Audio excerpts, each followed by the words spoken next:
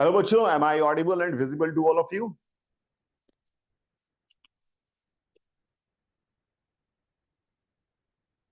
Hi. So obviously कल भी हम मिले थे, आज हम दोबारा मिल रहे हैं। आज हम बात करने वाले हैं फिजिक्स में एक फिनोमिनन है जिसका नाम है resonance. Perhaps you have heard this word, perhaps you haven't heard this word, but obviously after this video you will know something new and something very interesting about the phenomena called resonance, and you see that you have seen around yourself, you have practiced it। आपको सब किया हुआ है पर आपको इस शब्द और इस कॉन्सेप्ट के बारे में सही से पता नहीं है। आपको जानकारी तो है पर not in the name, not in the physics way. You know it practically, but we are going to talk about it in a manner that we are going to discuss physics, और इसके पीछे का physics क्या है उसके बारे में बात करेंगे। और ये क्या क्या इफेक्ट बात करता है, इसमें एक इंसिडेंस का भी जिक्र है। इस टाइटल में आपको दिखाई दे रहा होगा, that is Tacoma bridge collapse. तो टैकोमा ब्रिज कोलैप्स के बारे में भी बात करेंगे। But before moving forward I really want to repeat that कि यू कैन आप एक्सेस कर सकते हैं क्विज को। क्विज का एक्सेस करने के लिए आपके पास एक कोर्स है, you have to register on this course. This course is available on our app पे भी अवेलेबल है और हमारी वेबसाइट पे भी अवेलेबल है। आप जहां से चाहें, if you have android user, you can use this app, install this app and buy this course. This course will cost you $100, and buy after buying this course of $100 you can write those exam. आप वो exam लिख सकते हैं, quiz लिख सकते हैं, जिसमें आप बहुत सारे प्राइजेस जीत सकते हैं। और आपके पास अगर iOS है तो आप वहां पर भी आप इस तरह से आपको ऐप दिखाई देगा। You can download this app, and if you want to go with the website, you can definitely log in to isaacdigital.com पे आप लॉग इन करके ये ऐप खरीद सकते हैं। सो ये मैं जल्दी से बता देता हूँ, ये कोर्स में हम आपको स्टडी मटेरियल्स देंगे, वीडियो लिंक्स देंगे, कुछ वीडियोस भी देंगे, कुछ ट्यूटोरियल्स भी देंगे, और कई सारे मॉक क्विजेस भी देंगे जिसमें आप क्विज को प्रैक्टिस कर सकते हैं। उसके अलावा कोर्स की वैलिडिटी मार्च 2025 तक है, और इस कोर्स के थ्रू ही आप खरीदने के थ्रू ही आप क्विज दे सकते हैं जो एमसीक्यू बेस्ड होगा। ऑलमोस्ट 30 से 35 सवाल उसमें आएंगे। ड्यूरेशन उसका आधे घंटे का होगा, हाफ एन आवर का ड्यूरेशन होगा। आप you anybody who is in class 6 to 12 they can definitely write this quiz. साइमैट जो क्विज है हमारी कर सकते हैं। बट याद रखिएगा कि ये क्विज जो है वो 2 दिन है, 28 नवंबर, 28 नवंबर और February में 21st February, and it will be open for the whole day, but you cannot re-attempt this quiz. It means you have to start this quiz once and you have to finish it in half an hour. आपको आधे घंटे में quiz को finish करना होगा। तो this is the way you can write this quiz. आप इस क्विज को लिख सकते हैं, कोई री अटेम्प्ट नहीं होगा। क्विज की फीस मैंने आपको बता रखी है कि ये ₹100 की है। इसमें विनर्स को क्या क्या मिलने वाला है? विनर्स को मिलने वाला है हमारी तरफ से ऑनलाइन कोर्स, जो फर्स्ट 3 विनर्स होंगे। और उसके अलावा अगर वो ऑफलाइन में आना चाहेंगे तो will give you 70% scholarship in offline, and along with that you are going to get S Chand books, you are going to get Amazon voucher where you can buy things on Amazon website. uh, uh, these vouchers, the first prize will be 20,000, second prize will be 10,000, and then 5,000. And along with that, not only these 3 guys will be awarded, all other guys will be awarded with a lot of free scholarship, जैसे कि हमारे online test में study material और सारी चीजें जो Isaac की हैं वो उनको काफी ज्यादा डिस्काउंट पे मिल जाने वाली है। So without wasting time we should move forward and start learning this कि ये क्या है फिनोमिना, रेजोनेंस का फिनोमिना क्या है। तो रेजोनेंस का फिनोमिना क्या है उसको समझने के लिए हम बात करने वाले हैं, पर उससे पहले I really want to see, I show you one of the video. जो एक वीडियो है हमारा, ये देखने की कोशिश करते हैं। तो आप ये वीडियो देखिए कि इस वीडियो में क्या हो रहा है, इस वीडियो को समझने की कोशिश करें।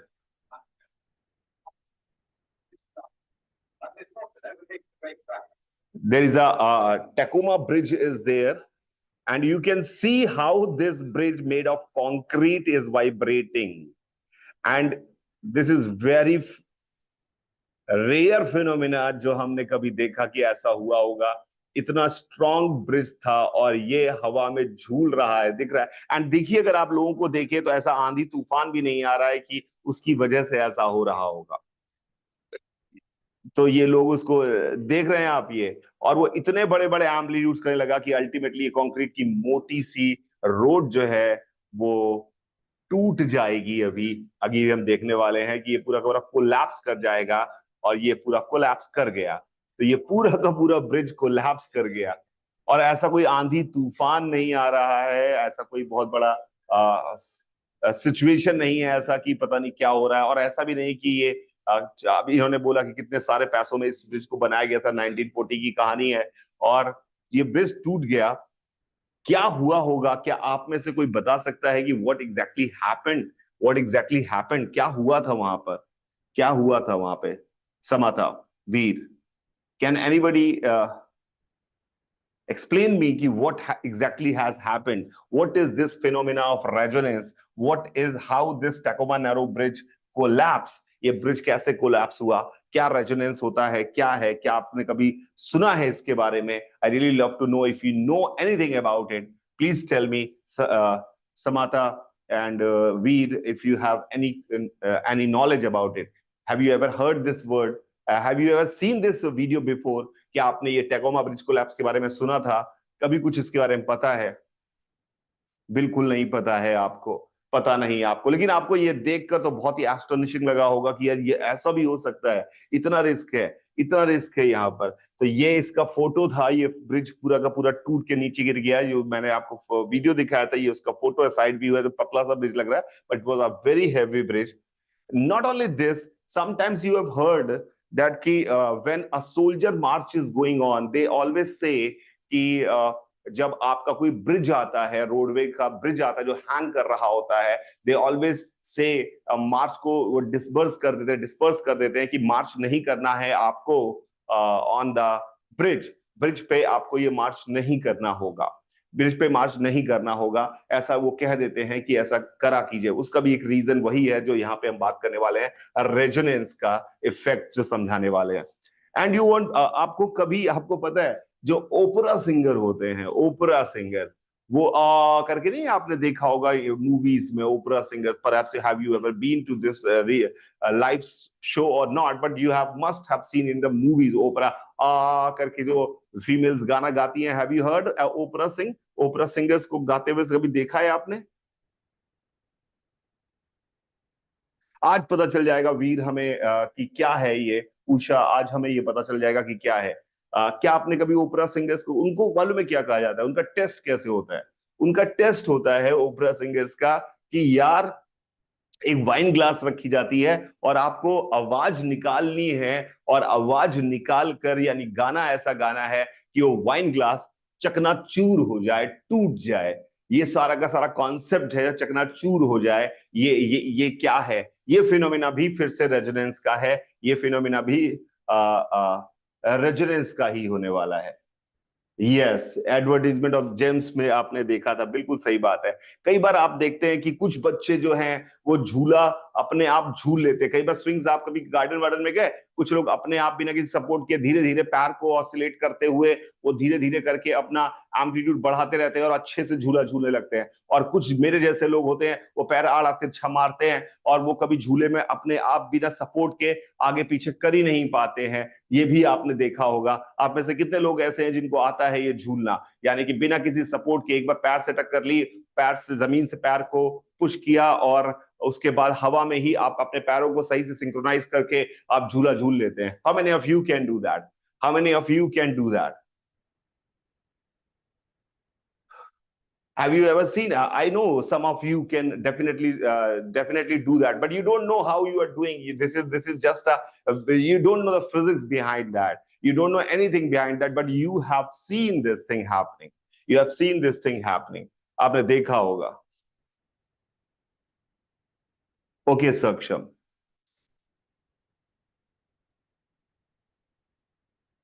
हाँ, कई लोगों को डर लगता है कि ऐसा कर नहीं सकते, पर ये बच्चा भी आपके जैसा ही है शायद वीर। ये रो रहा है, तो ये रोता हुआ बच्चा शायद आपके है। कई बार आपने ये एकदम अजीब सी बात है, ये भी है कि कई बार क्लास जो होती है वो टीचर के कंट्रोल में नहीं है। ये इसका प्रैक्टिकल एक्सपेक्ट बताने की कोशिश कर रहा हूँ। टीचर के कंट्रोल में नहीं है, रैंडम मस्ती कर रहे हैं बच्चे, टीचर चिल्लाए पड़ा है और उसे कंट्रोल में नहीं है, सब क्लास इधर उधर भड़क रही है। ये फैक्ट, ये फिजिकल, ये कोई फिजिक्स नहीं है, बट हाँ, it is also the similar kind of concept is there. ये है। और कई बार होता है क्लासेस बहुत ही सिंक्रोनाइज्ड हैं, प्रॉपर तरीके से हो रही हैं, everybody is involve in that class, everybody is learning something out of it. तो ये भी होता है। ये तो देखा ही होगा आपने, शायद आप पिछले वाले में से होंगे कि हल्ला मचा रहे हैं क्लास में। रेडियो आपने सुने हैं। रेडियो में पहले के जमाने अगर आपने रेडियो देखा हो तो एक ट्यूनर होता है, उसको घुमाते घुमाते घुमाते रहते हैं, and finally you are going to listen. आप चीजों को सुनने लगते हैं और आपको अच्छी आवाज आ जाती है। और कई बार ऐसा होता है अब झर झर मर आती आवाज, यानी गंदी सी आवाज आ रही होती है, और एक पर्टिकुलर जैसे सेट होता है आपका वो ट्यूनर, आपको अच्छे से गाना सुनाई देता है। तो ये भी फिनोमिनन रेजोनेंस का है। तो आपको क्या कोई सिमिलैरिटी दिखाई दे रही है इन सारी कहानियों में? क्या आप कुछ समझ पा रहे हैं इन सारी कहानियों में? इन सारी कहानियों में कहीं कहीं पर ऐसा इफेक्ट हो रहा है, कहीं पर इफेक्ट खराब हो रहा है, ये क्या हो रहा है? Can anybody understand? Can anybody understand कि व्हाट एग्जैक्टली ये मैं कह रहा हूं कि जितनी भी बातें मैंने आपके सामने एग्जाम्पल के तौर पर रखी, in all the examples, in everything, the phenomena of resonance is occurring. Resonance हो रहा होता है, रेजोनेंस हो रहा होता है।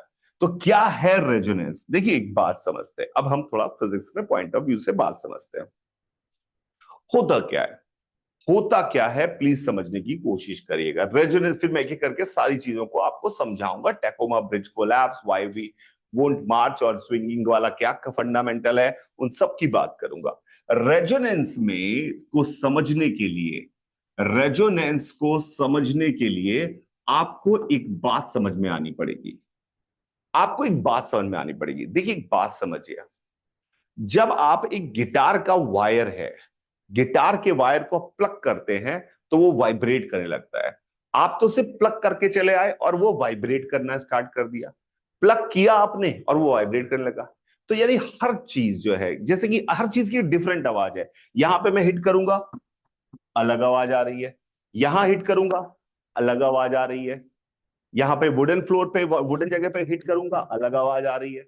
Can you hear? There are different kind of sounds are there, different kind of sounds are there. तो हर दुनिया में एक चीज है, जब उसको स्ट्रोक पड़ता है तो वो वाइब्रेट करने लगती है। वो वाइब्रेट करने लगती है। जब भी कोई इसको स्ट्रोक पड़ता है, कोई धक्का मारता है, तो वो वाइब्रेट करने लगती है। और वो वाइब्रेट करती है, जब वो वाइब्रेट करती है तो ऑब्वियसली ऑसिलेट कर रही है, टू एंड फ्रो मोशन करती है। तो टू एंड फ्रो मोशन के कारण वो कितने कितने चक्कर लगाएगी पर second, to and fro motion, वो उसकी नेचुरल फ्रीक्वेंसी कहलाता है। नेचुरल फ्रीक्वेंसी कहलाता है। तो natural frequency is a word. पहला वर्ड हमने पढ़ा नेचुरल फ्रीक्वेंसी। आपको पता है कई सारे मैकेनिक जो होते हैं वो गाड़ी की आवाज सुन के बता देते हैं कि गाड़ी के किस जगह पर क्या प्रॉब्लम आ रही होगी। I have seen such mechanics in my life.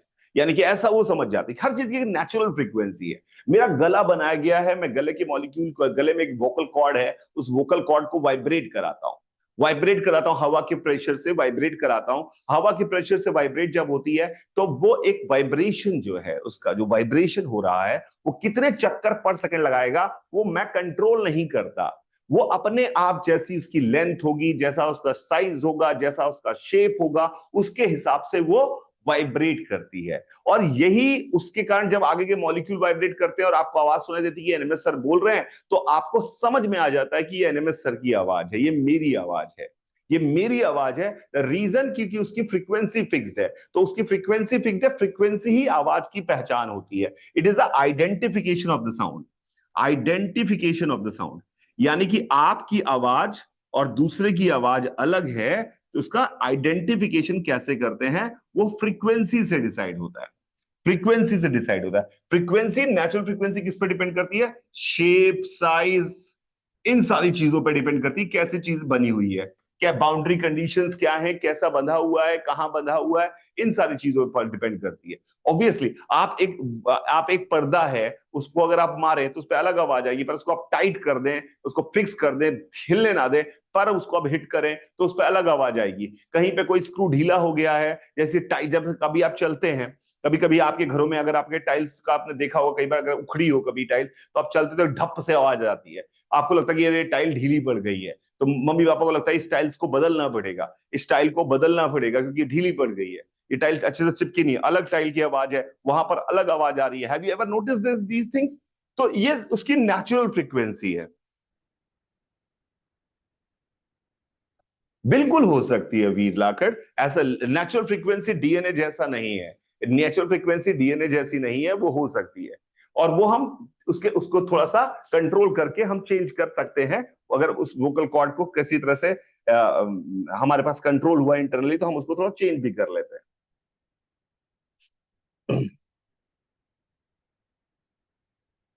ठीक है, बहुत ही बढ़िया, Saksham. So I you get my point? First of all पहले मुझे ये क्लियर करिए कि all of you got the meaning of natural frequency. जब भी किसी चीज को हिट किया जाता है तो वो वाइब्रेट करने लगती है। वाइब्रेट जब वो करती है तो कितने ऑसिलेशंस पर सेकंड करेगी, वो उसकी नेचुरल फ्रीक्वेंसी होती है। वो उसके शेप साइज पर डिपेंड करती है। I hope all of you got the idea of natural frequency. Everybody, I mean, आप किसी एक स्प्रिंग और मास को, ब्लॉक है, स्प्रिंग से टंगा हुआ है, उसको आप खींचो, चाहे आप उसको ज्यादा खींचो चाहे उसको कम खींचो, वो एक सेकंड में कितने चक्कर लगाएगा वो उस स्प्रिंग मास ने फिक्स कर रखा है, वो उसकी नेचुरल फ्रीक्वेंसी है। तो first of all you have to understand this word natural frequency. Everything has a natural frequency. हर आदमी की एक, हर चीज की एक नेचुरल फ्रीक्वेंसी होती है। दैट्स वाई यहां पर आवाज अलग आ रही है और यहां पर आवाज अलग आ रही है, यहां पर आवाज अलग आ रही है। अलग आ रही है कि हमने उसको जब हिट कराया तो वो वाइब्रेट किया, जिससे वाइब्रेशन की फ्रीक्वेंसी ही आवाज की पहचान है। तो this is the identification of sound. Identification of sound, natural frequency अलग है, यानी कि आइडेंटिफिकेशन है।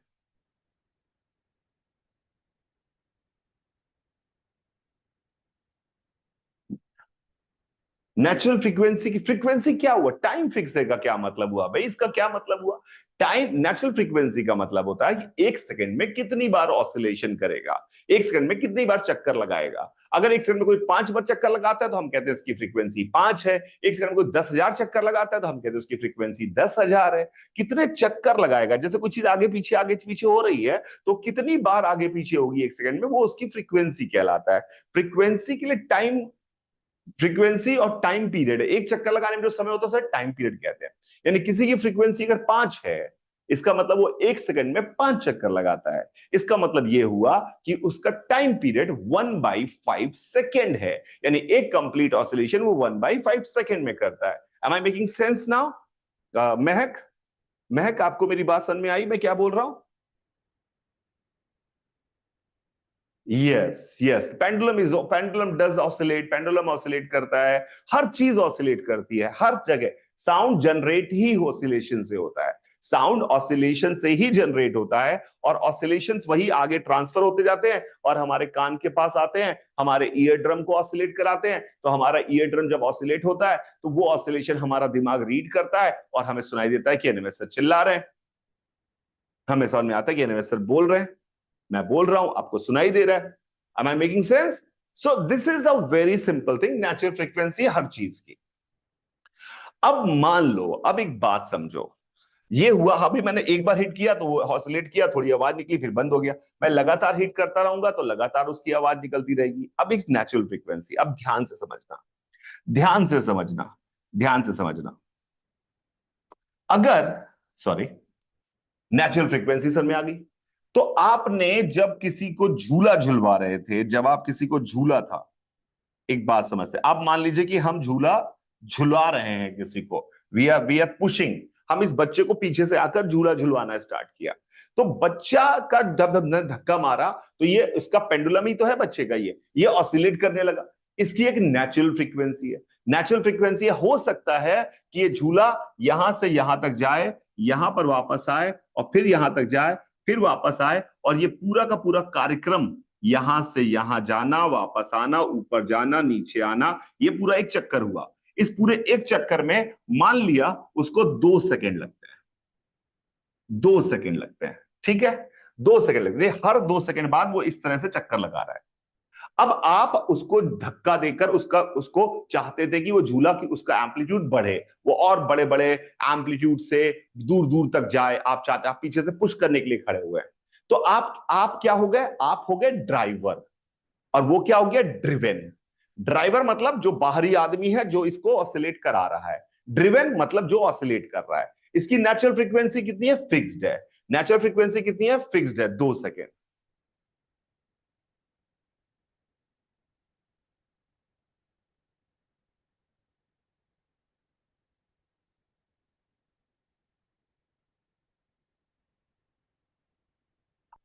संक्षम आपने जो बोला है वो जो फ्रीक्वेंसी 50 हर्ट्ज लिखा होता है, वो हमारे घर में जो इलेक्ट्रिसिटी सप्लाई होती है वो भी ऑसिलेट करते हुए, करंट भी ऑसिलेट करते हुए आती है। उस करंट का ऑसिलेशन का इंडिया जैसी कंट्री में हमारे यहाँ 50 हर्ट्ज रखा गया है। कई अलग अलग कंट्रीज में 55 हर्ट्ज, 60 हर्ट्ज अलग अलग कंट्रीज में रखा गया। इसलिए पहले के जमाने में कई सारे इस तरह के इंस्ट्रूमेंट इंडिया में, जापान से मेरे एक रिलेटिव कुछ एक बार बहुत पहले एक वॉकमैन लेके आए थे, पर दैट वॉकमैन जो हमारा था वो इंडिया में चार्ज ही नहीं हो रहा था। द रीजन क्योंकि वो 60 हर्ट्ज फ्रीक्वेंसी के हिसाब से चार्ज के लिए बनाया गया था और इंडिया में 50 हर्ट्ज आ रही थी। तो this I might forget the number, but समझ में आ गया होगा आपको। वैक्यूम में साउंड कैसे ट्रेवल करेगा भाई, साउंड ट्रेवल करने के लिए क्या चाहिए, साउंड ट्रेवल करने के लिए जैसे इसको वाइब्रेट कराया, इसके मॉलिक्यूल वाइब्रेट किए, इसने बगल वाली हवा को वाइब्रेट कराया, हवा हवा हवा वो वाइब्रेट करते करते करते करते करते आपके कान के पर्दे के पास आई और उसने कान के पर्दे को वाइब्रेट कराया, ईयर ड्रम को वाइब्रेट कराया, ईयर ड्रम को वाइब्रेट कराया, आपके दिमाग में सेंसेशन किया, पर रास्ते में कुछ होता ही नहीं, तो ये बेचारे वाइब्रेशन आपके कान तक पहुंचता कैसे, आपके कान तक वाइब्रेशन पहुंचता नहीं तो आपको सुनाई कैसे देता, तो ऑब्वियसली यू नीड एयर। तो back to the game, back to the game, back to the game, back to the game, back to the game. तो ये इस बच्चे को 2 सेकेंड था। अब आपको बोला गया कि जाओ इसको झूला झुलाओ, आप इसके बड़े भैया हैं और ये छोटा बच्चा है, आपने कहा झूला झुलाओ। अब आपको मन तो कर नहीं रहा था झूला झुलाने का, आपका एकदम मन नहीं था, आपने कहा पुश ही तो करना है, तो आप आंख बंद करके कभी ऐसे पुश, कभी ऐसे पुश, कभी रैंडम ऐसे आगे पीछे हथड़ फथड़ मार रहे हैं। वो इधर आ रहा है, आपने इधर मुक्का मार दिया, उसकी चोट लग रही है पर वो कुछ हो नहीं रहा है। वो इधर जा रहा था, आपने इधर मार दिया। क्या ये इसका एम्पलीट्यूड बढ़ेगा, क्या इसका एम्पलीट्यूड बढ़ेगा, क्या इसका एम्पलीट्यूड बढ़ेगा, क्या इसका एम्पलीट्यूड बढ़ेगा? ऑब्वियसली नहीं बढ़ेगा। आपने रैंडम रैंडम फोर्स लगाए, आप मेहनत तो कर रहे हैं, पर आपकी मेहनत क्या हो रही है, बिना किसी सिंक्रोनाइजेशन के है, बिना किसी मैचिंग के है। तो आप सिंक्रोनाइज कर नहीं पाए उससे और आप रैंडमली हाथ पांव मार रहे हैं, कभी लात मार दी, कभी पैर से धक्का मार दिया, बड़ा मजा आ रहा है आपको, और वो इधर उधर झूला झुड़ू झुड़ू कर रहा है, झूल तो पा नहीं रहा है, तो कुछ हो ही नहीं रहा है। जब कुछ हो ही नहीं रहा है तो आपकी सारी मेहनत बर्बाद जा रही है। लेकिन अगर आपने ऐसा किया होता कि जब वो यहां आता और जब वो नीचे जाने वाला होता, उसी समय आप भी हिट मारते, उसी समय आप भी हिट मारते, तो वो नीचे जा रहा था और आपने भी उसी समय हिट मारा, तो उसका एम्पलीट्यूड थोड़ा सा बढ़ता, फिर वो यहां से यहां तक आता। जब वो यहां से आता फिर वो वापस जाने वाला होता, तो फिर आप हिट मारते। यानी आप भी हिट जो मार रहे होते, अगर हर बार 2 सेकंड बाद हिट कर रहे होते, हर बार 2 सेकंड बाद आप भी सही समय से, जब वो ऊपर से नीचे जाने वाला हो तभी आपने उसको पुश किया, फिर जब वो घूम के ऊपर आया और फिर नीचे जाने वाला है तभी आपने उसको पुश किया। यानी अगर आपने अपने आप को इसके साथ सिंक्रोनाइज कर दिया, अगर आपने इसको अपने साथ सिंक्रोनाइज कर दिया, तो इसके एम्पलीट्यूड बढ़ते जाएंगे और वो डरने लगेगा, डरने लगेगा, वो घबरा जाएगा। लेकिन आपको उसके लिए क्या किया, आपने अपने आप को इसके साथ सिंक्रोनाइज कर दिया, आपने अपने फोर्स लगाने की फ्रीक्वेंसी को उसकी नेचुरल फ्रीक्वेंसी से मैच करा दिया। तो मैच करा दिया तो आउटपुट बहुत बढ़िया आया, जो आप करना चाहते थे वो होने लगा। Yes, proper synchronization, proper synchronization. तो मैथमेटिकली हम डिफाइन क्या करते हैं, हम डिफाइन करते हैं, हम डिफाइन करते हैं रेजोनेंस के फिनोमेना को, कि जब ड्राइवर की फ्रीक्वेंसी, ड्राइवर का काम क्या है, फोर्स लगाना, ड्राइवर की फ्रीक्वेंसी यानी फोर्स लगाने की फ्रीक्वेंसी, फोर्स अप्लाई करने की फ्रीक्वेंसी, फोर्स अप्लाई करने की फ्रीक्वेंसी, ड्रिवन की नेचुरल फ्रीक्वेंसी, ड्रिवन की नेचुरल फ्रीक्वेंसी, नेचुरल फ्रीक्वेंसी से मैच कर जाती है, मैच कर गई, तो आउटपुट बेस्ट हो जाते हैं, आउटपुट काफी बढ़ जाते हैं, and this phenomenon is called resonance. Then will say कि swing is resonating with the driver, swing is resonating with the driver. Am I making sense now? अबे अलजेब्रा,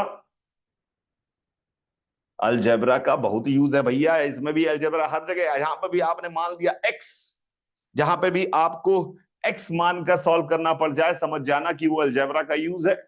जैसे किसी चीज को सॉल्व करना है, आप समझ जाना कि अलजेब्रा का यूज है।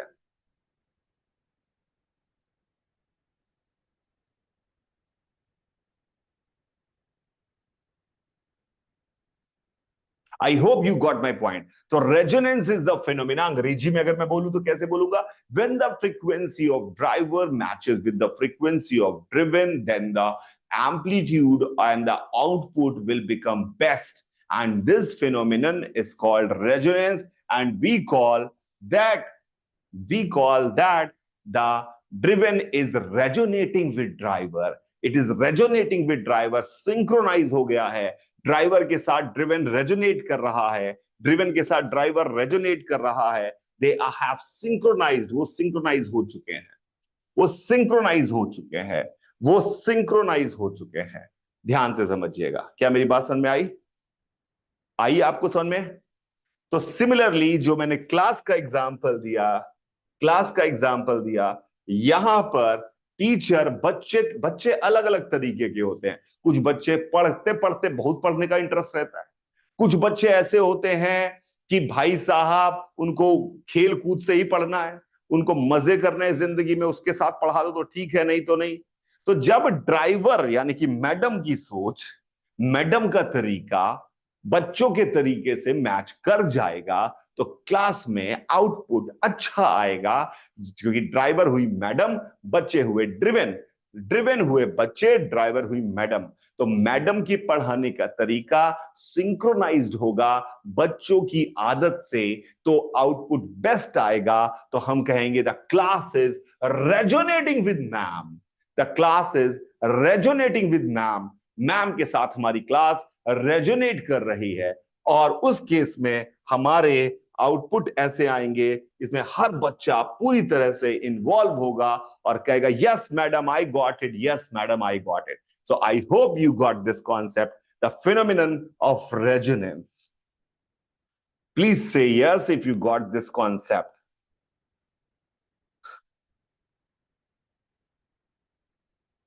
वीर, Saksham, Usha,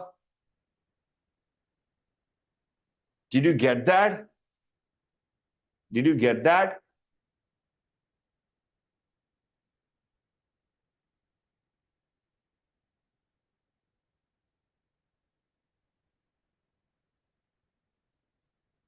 आ रहा हूं भैया, सक्षम भाई साहब, रेजोनेंस। नहीं, पहले मुझे बताओ रेजोनेंस उस ब्रिज में कहां लगा, ऐसे नहीं मानूंगा। अरे भैया मेरे, स्टार्ट तो कर रहा हूं, अभी तो हमने बात समझी कि रेजोनेंस होता क्या है, रेजोनेंस होता क्या है। ब्रिज से क्या मिलेगा, देखते हैं, देखते हैं, धीरे धीरे सब कुछ समझेंगे। क्या आप झूला झुलाने वाले तरीके समझ गए? तो वो बच्चा जो खुद से पैर बढ़ा के करता है, वो पुश करता है हवा को, और हवा को पुश करके सिंक्रोनाइज तरीके से वो अपना एम्पलीट्यूड खुद से बढ़ा लेता है, जिसको झूला झूलना आता है। तो झूले में समझे तो सब में समझेंगे, झूले में समझे तो सब में समझेंगे, एक एक करके समझेंगे। भाई इतना गुस्सा, नाराजगी किस बात की है आपको भाई? अब आई रेडियो, रेडियो के अंदर लगे होते हैं इलेक्ट्रिकल इंस्ट्रूमेंट, इनका नाम है inductor, capacitor, resistance, these are things which are there inside. So they, in that circuit also, current oscillate करती है। यहाँ करंट एक चीज है जो ऑसिलेट करती है। जैसा अभी सक्षम ने पूछा कि in in the case of AC it is written 50 hertz, तो वहां पे उसी तरह से वो उस तरह से ऑसिलेट करती है, करंट ऑसिलेट करती है। तो जो सिग्नल भेजा गया 92.4, जब आप मेगा हर्ट्ज सुनते हैं 92.4, आपने कहा कि मेरे आपके यहाँ आता है 92.4, तो 92.4 आपके यहाँ जब आ रहा रेडियो का ब्रॉडकास्ट, तो वहां पे वो ड्राइवर है, वो कहता है कि ये गाना बजेगा, 92.4 का गाना बजेगा, और उसने अपनी फ्रीक्वेंसी ड्राइवर ने कही कि इट इज 92.4 इंटू 10⁶ हर्ट्ज। ये उसने कही अपनी फ्रीक्वेंसी। तो हम जब ट्यूनर घुमाते हैं तो हम उसका इंडक्टर कैपेसिटर की वैल्यू जो होती है उसको थोड़ा थोड़ा बदलते हैं। जैसे उसकी वैल्यू बदलते हैं तो इस रेडियो की नेचुरल फ्रीक्वेंसी बदलती है, क्योंकि मैंने आपको बोला था कि नेचुरल फ्रीक्वेंसी डिपेंड करती है शेप साइज कैसे लगा हुआ है उन सारी बातों पे। तो रेडियो की नेचुरल फ्रीक्वेंसी बदलती है। When you rotate it the radio frequency changes, radio की फ्रीक्वेंसी चेंज होती है। जैसे ही वो 92.4 से मैच करती है, वहां पे बच जाता है गोदिलो। तो गोदिलो बच गया, गोदिलो बच गया। उसका रीजन क्या है?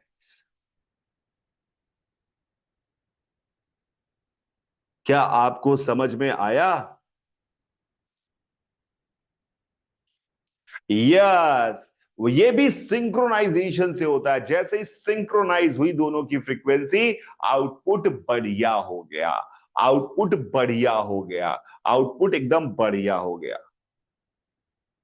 ये बात भी हमें रेडियो भी समझ में आ गया। तो रेडियो भी हमें समझ में आ गया आप सभी को कि हाउ रेडियो वर्क्स, रेडियो कैसे काम करता है, ये भी हमें अच्छे से समझ में आ गया कि अल्टीमेटली मुझे ये करना है, ड्राइवर और ड्रिवन की फ्रीक्वेंसी को मैच कराना है। कई बार ऐसा नहीं होता, आप किसी से मिले नॉर्मल भाषा में, दोस्त कोई क्लास में, कोई मोहल्ला रिलेटिव फिलेटिव, आपको कोई बहुत बढ़िया लगा, मिलते ही बात भी ज्यादा नहीं हुई, तो लोग कहते हैं यार इनकी फ्रीक्वेंसी मैच करती है।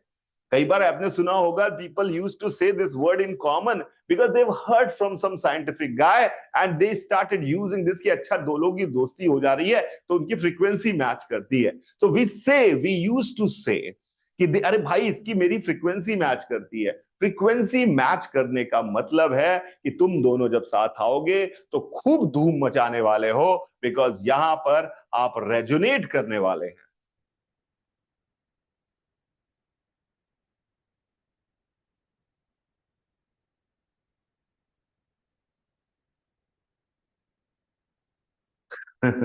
Yeah, you may somebody like me obviously. So this is the whole idea मेरे बच्चों। तो आपको एक बात समझ में आनी चाहिए, रेजोनेंस का मतलब है ड्राइवर और ड्रिवन की फ्रीक्वेंसी मैच होना। अब हम और देखते हैं कहानी। अब हम और क्लास हो गई हमारी खत्म, बच्चा हमारा झूल चुका।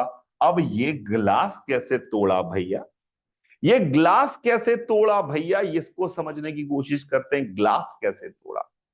तो जो आपके ओपेरा सिंगर्स होते हैं, हम जब आवाज निकालते हैं ना तो हमारा वोकल कॉर्ड से एक सिंगल फ्रीक्वेंसी की आवाज निकलती है। हमारा क्या है, वोकल कॉर्ड जो है वो मल्टीपल फ्रीक्वेंसीज में काम कर रहा होता है, कभी ज्यादा ऑसिलेशन कभी कम ऑसिलेशन, तो उसको कंट्रोल नहीं है, हम ऐसे कंट्रोल नहीं करते। हमारी आवाज एक सिंगल फ्रीक्वेंसी की आवाज नहीं है, it is a combination of multiple frequencies. तो होता क्या है, ओपरा सिंगर के गाने आपने सुने, कभी बड़े तीखे से लगते हैं, आ कर रहे होते हैं, अजीब सा होता है, एक अलग, हमारी तुम्हारी आवाज जैसी मैच ही नहीं करती है। वो करते क्या है, वो अपने गले से एक सिंगल, वो अपने वोकल कॉर्ड को कंट्रोल करके सिंगल फ्रीक्वेंसी का साउंड निकालने की कोशिश करते हैं, एक ही फ्रीक्वेंसी का साउंड निकालने की कोशिश करते हैं, एक ही फ्रीक्वेंसी का साउंड निकालने की कोशिश करते हैं। अब हमारा ग्लास है भाई, वाइन ग्लास, वाइन ग्लास को जब टक से मारोगे तो क्या होगा, टक से आवाज आएगी, टन की आवाज, जो वाइन ग्लास की, यानी वाइन ग्लास की नेचुरल फ्रीक्वेंसी है। तो अगर मान लो हमारे ओपेरा सिंगर ने सिंगल फ्रीक्वेंसी इस वाइन ग्लास की नेचुरल फ्रीक्वेंसी से मैच करा दी, अगर वाइन ग्लास की नेचुरल फ्रीक्वेंसी से मैच करा दी, तो ये वाइन ग्लास के जो मॉलिक्यूल पहले बहुत छोटे छोटे, हमें दिख भी नहीं रहे थे, ऑसिलेट कर रहे थे 1 माइक्रोमीटर में, उनके एम्पलीट्यूड बढ़ने लगेंगे। और वो 1 माइक्रोमीटर से वो ऑसिलेशंस जो होंगे वो धीरे धीरे धीरे धीरे धीरे करके ज्यादा तेज होने लगेंगे, और बड़े होते जाएंगे और बड़े होते जाएंगे और बड़े होते जाएंगे, और इतने बड़े हो जाएंगे कि हमारा वाइन ग्लास फचक फचक के ऐसा लगेगा प्लास्टिक का वाइन ग्लास है, अपने आप अंदर बाहर हो रहा होगा, और अपने आप अंदर बाहर होते होते एक उसकी स्ट्रेंथ से ज्यादा अगर आगे पीछे हुआ तो धड़ाम करके टूट जाएगा। तो did you get the concept of resonance here?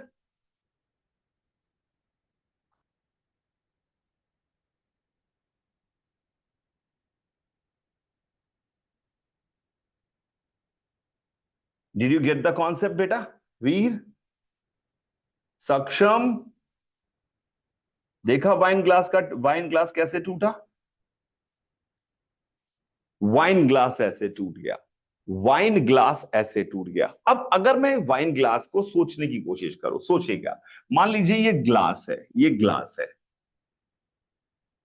इधर से मेरा साउंड यहां से आया, इसको टक्कर मारी हवा के मॉलिक्यूल ने, इसने वाइब्रेट करना स्टार्ट किया, और वो यहां तक गया 1 mm, फिर वापस आया 1 mm, और फिर यहां से वापस जा रहा है। अगर उसी समय दूसरा हवा का पार्टिकल इससे आके टकरा जाता, तो जब वो वापस जा रहा था जैसे झूला झुलाने में, वैसे ही उसके बाद दूसरा टक्कर मारता हवा का पार्टिकल, उसके एम्पलीट्यूड स्टार्टिंग में कितने दिखते भी नहीं है भाई। जब टर्न किया तो आपको कोई वाइब्रेट करता थोड़ी दिखाई देता है, बहुत कम वाइब्रेट करता है, 1 माइक्रोमीटर, 1 मिलीमीटर, इससे भी छोटा, मिलीमीटर तो बहुत बड़ा हो गया उसका। लेकिन जब दूसरा मॉलिक्यूल, जब वो वापस चक्कर लगा के घूम के वापस जा रहा था, दूसरे मॉलिक्यूल ने अगर उसी समय हिट किया होता, तो उसका एम्पलीट्यूड अब क्या होता, एम्पलीट्यूड उसका बढ़ गया होता, वो यहां यहां तक ऑसिलेट करता। फिर जब तीसरी बार जब वापस आता, फिर तीसरे मॉलिक्यूल ने धीरे धीरे धीरे धीरे धीरे धीरे, सेम झूला वाला ही तो है यार सब। तभी तो मैंने, अबे चंपक लाल, मैंने कहा ना सब जगह सेम ही कॉन्सेप्ट है रेजोनेंस। तो झूला वाला, सेम झूला वाला क्या होता है? जब फिनोमिना ही रेजोनेंस का पढ़ा रहे हैं, फिनोमिना ही रेजोनेंस का पढ़ा रहे हैं, दिखने में सब बाहरी रूप से अलग अलग थे, बाहरी रूप से सब अलग अलग थे, लेकिन आंतरिक रूप से तो भैया सबको सेम होना पड़ेगा, तभी तो वो सेम फिनोमिना से एक्सप्लेन होंगे। तो this is what is happening, उसके एम्पलीट्यूड बढ़ते रहे। कई बार क्या होता है, बहुत लाउड म्यूजिक बजता है, उसे मॉलिक्यूल जो हवा के चलते हैं बहुत तेज चलते हैं, तो ग्लास क्रैक कर जाते हैं, क्योंकि ग्लास को टक्कर जब मारते हैं तो ग्लास का ऑसिलेशन बहुत बढ़ जाता है, भले फ्रीक्वेंसी मैच ना करी हो, फ्रीक्वेंसी मैच ना करे, फिर भी तोड़ देते हैं, क्योंकि उन्होंने ताकत ही इतनी है यार, इतना ज्यादा मॉलिक्यूल, धाम धाम धाम धाम धाम, बड़ा हरे हरे एरोप्लेन बगल से निकल जाए, पतले कच्चे ग्लास टूट जाते हैं, तो ये वाइब्रेट करने से ही टूट जाते हैं।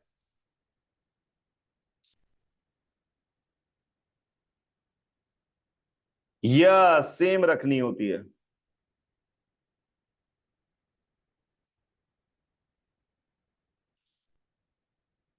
तुम्हारे स्कूल भी आ जाएंगे।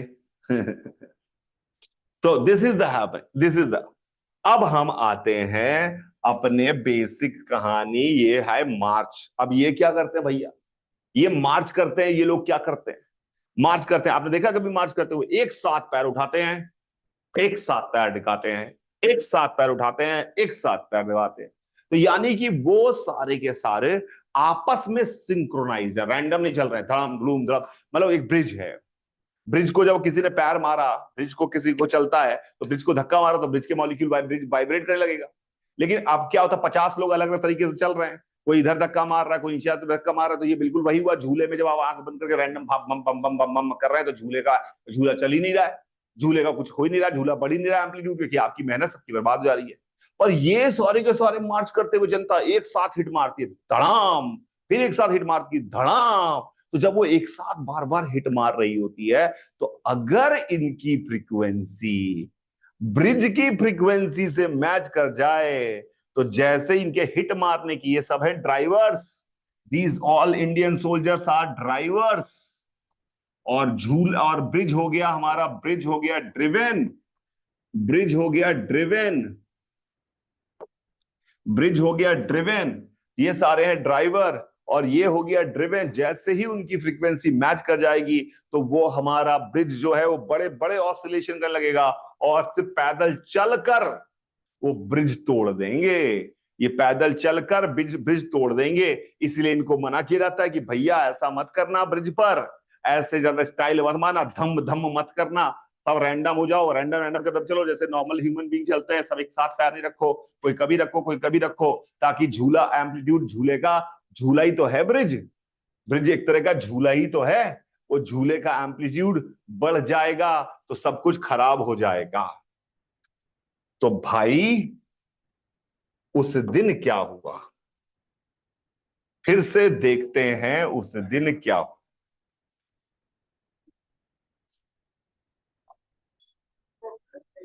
6 मिलियन डॉलर्स में 1940 से पहले ये बना हुआ है।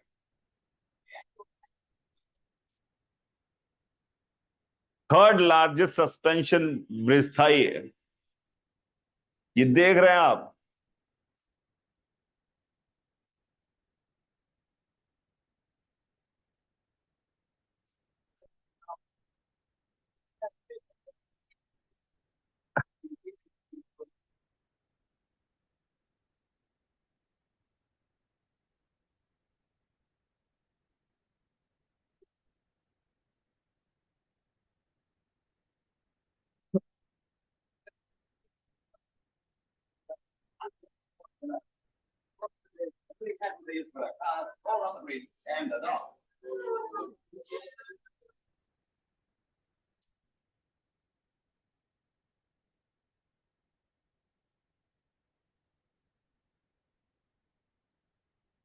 तो भाई साहब उस दिन लोगों के चलने से कोई ब्रिज का कोई मार्च नहीं हुआ, कोई आर्मी नहीं चली, रैंडम रैंडम लोग चल रहे हैं जैसा वीर ने कहा, रैंडम रैंडम लोग चल रहे हैं जैसा वीर ने कहा, सब अलग अलग दिशाओं में चल रहे हैं, सब अलग अलग तरीके से पैर रख रहे हैं। उस दिन क्या हुआ, आंधी तूफान भी नहीं है, क्या हुआ? तो भाई साहब उस दिन आपको दिखाई दी छोटी छोटी चीजों की बड़ी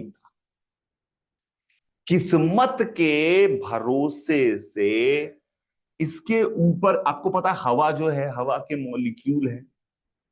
आपको प्रेशर कैसे फील होता है? हवा के मॉलिक्यूल आपसे टकराते हैं रैंडमली, रैंडमली आपसे टकराते हैं तो आपको प्रेशर फील होता है या कहीं पे भी प्रेशर आता है।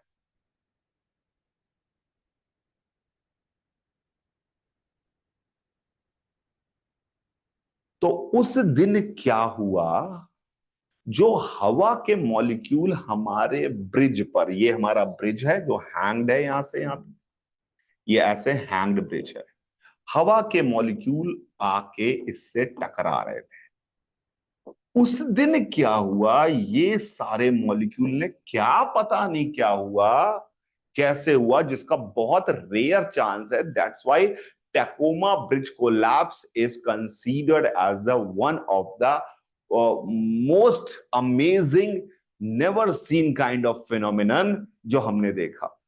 उस दिन हवा के मॉलिक्यूल इससे टकराए।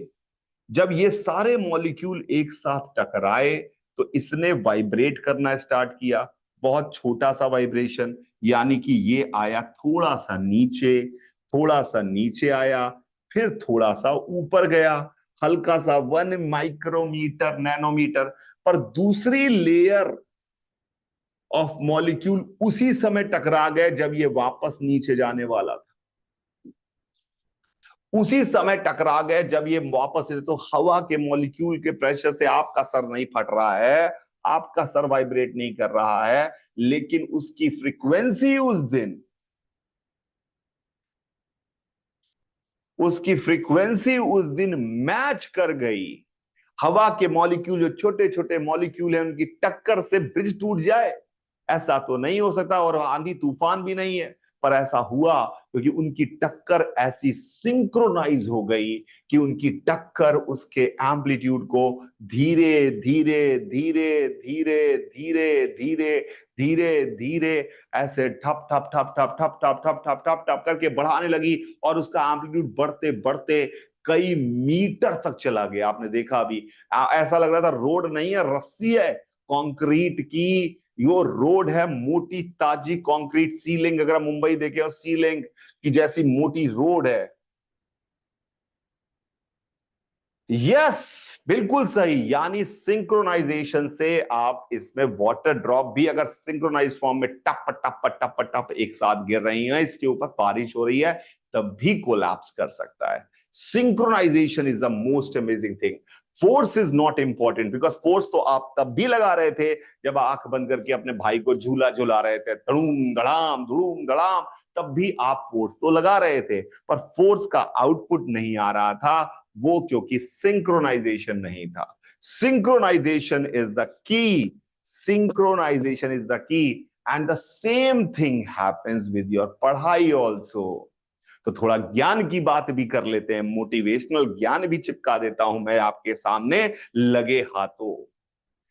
जब आपकी पढ़ाई सिंक्रोनाइज्ड होगी, स्कूल में जो पढ़ाया जा रहा है उसको आपने अच्छे से कंप्लीट किया, अच्छे से समझा, फिर अगले दिन गए, नया सीखा, नया समझा, तो आपकी पढ़ाई का लेवल बढ़ता जाएगा, बढ़ता जाएगा, बढ़ता जाएगा। और अगर आप रैंडमली कभी पढ़ते हैं, कभी नहीं पढ़ते हैं, कभी ये करते हैं, कभी वो छोड़ देते हैं, कभी कुछ करते हैं, तो आप डिसिप्लिन नहीं होते हैं, और आपका सिंक्रोनाइजेशन पढ़ाई के साथ, स्कूल के साथ, एकेडमिक्स के साथ, खेल के साथ, किसी भी चीज के साथ नहीं बैठता है, तो आप कभी भी अच्छा आउटपुट नहीं ला सकते।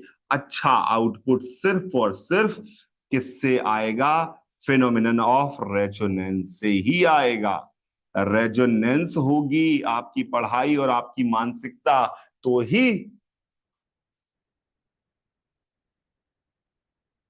यस, सक्षम, आपने बिल्कुल सही बात कही मेरे बच्चों। तो आप इस नेचुरल फिनोमिना से आज कुछ सीख के जाइएगा कि सिंक्रोनाइजेशन क्या होता है, क्या नहीं है, इसको समझ में आना चाहिए, इसको समझ में आना चाहिए। Synchronization is the key of success, synchronization is the key of the success. अब थोड़ा सा थोड़ा सा हम जो बात करते हैं, रेजोनेटिंग इफेक्ट की बात की है हमने, तो थोड़ी सी आगे हम जो बात कर लेते हैं, हमारे साउंड वेव में कुछ टर्म्स होते हैं। उन टर्म्स को आपको समझ जाएंगे तो आप बहुत ही जानकार आदमी सुनाई देंगे। साउंड के जो टर्म है, कभी आपने देखा साउंड जो चलता है उसके लिए होता क्या है? हमने यहां पर एक ट्यूनिंग फोक है हमारे गले के अंदर, हमने इसको वाइब्रेट किया, वाइब्रेट किया तो यहां का मॉलिक्यूल आगे वाइब्रेट हुआ, इसने इसको टक्कर मारी, ये ऐसे वाइब्रेट किया, इसने इसको टक्कर मारी, ये भी ऐसे वाइब्रेट किया, ये भी ऐसे वाइब्रेट किया, और इधर मैं अपना कान लेके खड़ा हूं, इसने आया मॉलिक्यूल वाइब्रेट किया, इसने मॉलिक्यूल को कान के पर्दे को वाइब्रेट किया, कान के पर्दे को वाइब्रेट किया, यानी ईयर ड्रम को वाइब्रेट किया। ईयर ड्रम के वाइब्रेशन से हमें, हमारा दिमाग है ये, इसके पास इंफॉर्मेशन गई, दिमाग के पास इसकी इंफॉर्मेशन गई, इसने कहा अच्छा ये अच्छा बोल रहे हैं। सो ये this is how the sound propagates.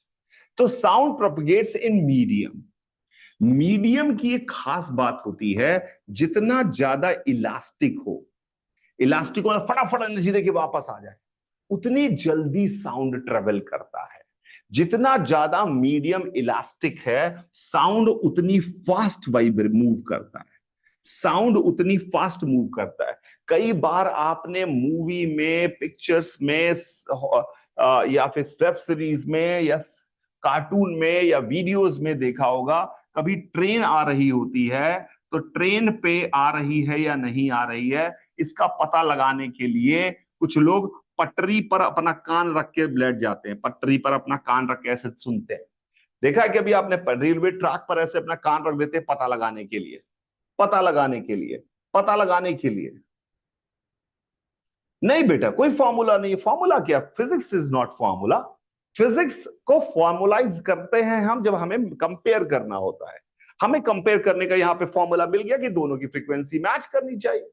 तो आपने कभी कभी देखा होगा कि कान ऐसे लगा देते हैं तो उनको आवाज आ जाती है। क्यों ऐसा करते हैं? क्योंकि ट्रेन के कारण पटरियां भी वाइब्रेट कर रही हैं और हवा के मॉलिक्यूल भी। हवा में साउंड की स्पीड जो है वो लगभग आपको शायद पता हो 330 मीटर पर सेकेंड है, पर आयरन में इसकी स्पीड 1400 मीटर पर सेकेंड है। एग्जैक्ट डेटा नहीं है पर 1400 के आसपास मीटर पर सेकेंड है। तो इसका मतलब यह है कि ट्रेन की पटरियों में ये आवाज तेज चलती है, चक चक चक चक चक तेज पहुंचती है। तो हमें हॉर्न का आवाज कान तक पहुंचे उससे पहले यहां पहुंच जाता है हमारे। यानी एक अगर मान लो वहां से आवाज को आने में 10 मिनट लगेगा, तो ये वाली वाइब्रेशन हमारे पास 2 मिनट में पहुंच जाता है। 2 मिनट में पहुंच जाता है। 2 मिनट में पहुंच जाता है। तो ये एक रीजन है कि हमें पता चल जाता है।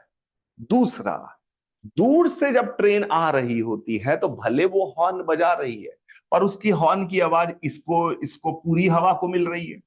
तो ये उसका यहां पहुंचते पहुंचते एनर्जी बहुत कम हो जाती है। एनर्जी कितनी होती है, लाउडनेस जिसे कहते हैं, ओए चिल्लाया तो लाउडनेस ज्यादा है, धीरे बोल रहा हूं तो लाउडनेस कम है। समझ में आया? इरिटेट तो लाउडनेस उसकी फैलती रहती है एनर्जी। तो यहां पर कान पर बहुत कम आवाज आती है तो हमें सुनाई नहीं दे पाता। यहां सिर्फ एक ही दिशा में चल रही है तो लाउडनेस पूरी की पूरी आगे पहुंच रही है। जो एनर्जी है यहां से चली वो पूरी फैल रही है, वो फैल नहीं रही है पटरियों में। पटरी तो सिंगल लाइन है तो सिंगल लाइन में आगे बढ़ती जा रही है।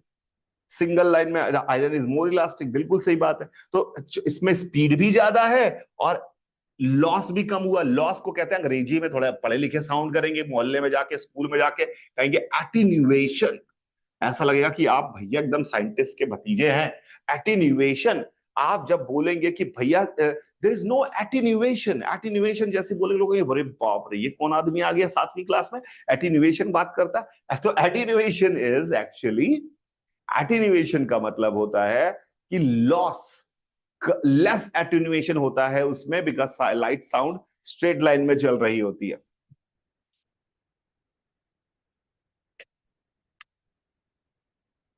देखो, सक्षम ने बताया कि एल्यूमिनियम में बहुत ज्यादा होती है।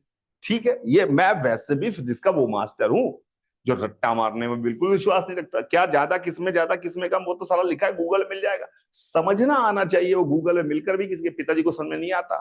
समझना और मगना दो अलग अलग बातें हैं। एक होता है विजडम, एक होता है information. I am a wise guy, I am a well informed guy. There is a difference. I am a wise guy, I am a well informed guy. तो well informed is a different thing, wise is different. हाँ, कहीं ना कहीं linked है। If you are well informed you will be wise, आपके chances बढ़ जाते हैं बीइंग वाइज। पर मुद्दा सिर्फ इतना है कि आपको थोड़ा समझ में आना चाहिए। तो कभी कभी हीरो बनने के काम आएगा हमारे एटीन्यूएशन। तो दिस इज वाई यहां पर काम होता है। तो दो तीन टर्म हमने समझे, तीन टर्म हमें समझ में आ रहे हैं, तीन टर्म हमें समझ में आ रहे हैं साउंड के लिए। एक है फ्रीक्वेंसी, फ्रीक्वेंसी इससे क्या पता चलता है आपको, पहचान, आइडेंटिफाई, कौन चीज से आवाज आ रही है भाई साहब। Frequency is the identification of sound. लकड़ी में अलग, लोहे में अलग, एनएमएस की अलग, वीर की अलग, सक्षम की अलग, उषा की अलग, सबकी अलग अलग फ्रीक्वेंसी। पहला वर्ड वेव के लिए। दूसरा वर्ड वेव के लिए हमने पढ़ा स्पीड। ये कौन डिसाइड करता है, ये डिसाइड करता है मीडियम। मीडियम कौन सा है, मीडियम, अलग अलग मीडियम में अलग अलग स्पीड है। अभी हमें ज्ञान की प्राप्ति हुई विद द हेल्प ऑफ सक्षम। हम लोगों का ज्ञान का लेवल बढ़ा जब सक्षम ने हमें बताया कि एल्यूमिनियम में 6420 मीटर पर सेकेंड होती है, तो स्पीड मीडियम में अलग अलग होती है। तो ये भी हमें पता चली स्पीड। तीसरा जो वेव से रिलेटेड टर्म हमें समझ में आया उसका नाम है इंटेंसिटी। इंटेंसिटी हमें बताता है कि आवाज तेज है, धीरे है, कम है, ज्यादा है। लाउडनेस, क्या लाउडनेस, इंटेंसिटी बताती है लाउडनेस। लाउडनेस ऑल्सो, तो ये वेव के तीन टर्म है और फिनोमिनन के नाम पर हमने पढ़ा रेजोनेंस। मजा ही आ गया मुझे रेजोनेंस पढ़ के आज भाई साहब, आपको पता नहीं आया कि नहीं आया, पर मुझे बहुत मजा आया, सीखा मैंने resonance. Because I come to know about resonance today only, आपके चक्कर में भैया पढ़ के आया हूं घर से रेजोनेंस, नहीं तो मुझे तो बिल्कुल नहीं आता था रेजोनेंस क्या होता है। मजाक कर रहा हूं, but the point is resonance is the phenomena we could understand. And the second thing what we have talked about is attenuation. Attenuation. तो आज इस मालूम है कोई भी जितने भी लोग, मैं आईटी जेई की तैयारी कराता हूं, मैं खुद आईटी कानपुर से पास आउट हूं, और कई सारे दुनिया में ऐसे लोग भी हैं जो आईटी की तैयारी कराते हैं पर आईटी से पास आउट नहीं है, फिर भी वो ठीक ठाक पढ़ाते हैं, अच्छा पढ़ाते हैं। द रीजन, क्योंकि उन्होंने प्रैक्टिस की होती है। Why I am saying this, क्योंकि आप जितनी चीजें आज आपने सीखी हैं, just explain it to someone. मम्मी को समझा दो कि मम्मी इधर आओ, मैं बताता हूं रेजोनेंस क्या होता है, मैं बताता हूं एटीन्यूएशन क्या होता है। आपके पैसे पापा लाते हैं, सब एटीन्यूएट हो जाते हैं, घर में बचता ही नहीं है कुछ, सब गड़बड़ हो जाता है।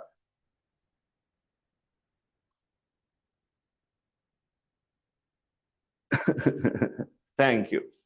सो रेजोनेंस, एटेन्युएशन, सब समझाइए उनको, सब समझाइए। फ्रीक्वेंसी आप बोलिए कि अलग है, आप पहचाने। अब थोड़ा, कई बार आप थोड़ा एकॉस्टिक इंजीनियरिंग एक इंजीनियरिंग होती है, उस साउंड को समझते हैं कि क्या चीज हो रही है, तो आप क्या करेगा, 2 4 10 दिन अपने घर में हर साउंड को आपने ऑब्जर्व कर लिया, फिर आंख बंद करके किसी को बोलिए कि ये बजा, कुछ भी बजा, मैं बता दूंगा तू किस पे हिट मार रहा है, किसको हिट कर रहा है मैं बता दूंगा, तो ये लोग तुम्हारी तारीफें करने लगेंगे, and it become a skill for you, it become a skill for you, it become a skill for you। ठीक है, समझाना जरूर, किसी ना किसी को समझाना जरूर, बिना समझाए काम नहीं चलेगा, बिना समझाए काम नहीं चलेगा। अब हम आज दोबारा मिलेंगे, आज हमारे साथ आएंगे मेरे एक फेलो आईआईटीएन, केमिस्ट्री में मेरे एक fellow IITian Shubham sir. Shubham sir को लेके आऊंगा, वैसे तो मुझे भी पता है, पर आज हम फिर से 1 घंटे बाद मिलेंगे, तो उस समय हम बात करेंगे एसिड्स बेस की। Acids base, acid base, acid base क्या होता है। और आजकल जो ये चल रहा है भाई साहब, हर एक आदमी, टीवी में ऐड आने लगे एक्वागार्ड, एक्वाफ्योर के, भैया लिव प्योर, इसके उसके, कि एल्केलाइन पानी पीजिए, आपकी सेहत बहुत सही रहेगी, आपकी जिंदगी को आसान कर देगा, आपको कैंसर नहीं होने देगा, एल्केलाइन पानी पीजिए। तो क्या है ये एल्केलाइन पानी, इसके बारे में बात करेंगे। बहुत ही बढ़िया, आपने आइजैक के आप पर शुभम सर को देखा है, बिल्कुल सही किया है। He was my student also, so मैं बुढ़ा लगता नहीं हूँ, पर मैं हूं बड़ा बुढ़ा आदमी यार। मेरे स्टूडेंट है शुभम सर, और वो हमारे साथ मिलेंगे और हम दोनों डिस्कस करेंगे। ठीक है, तो that's it for now. Bye रहेगा सभी को, एंजॉय योर लाइफ। 1 घंटे बाद फिर से हम सभी यहीं पर मिलने वाले हैं और डिस्कस करने वाले हैं about acid and base. Clear है सभी को? Bye bye bye bye bye.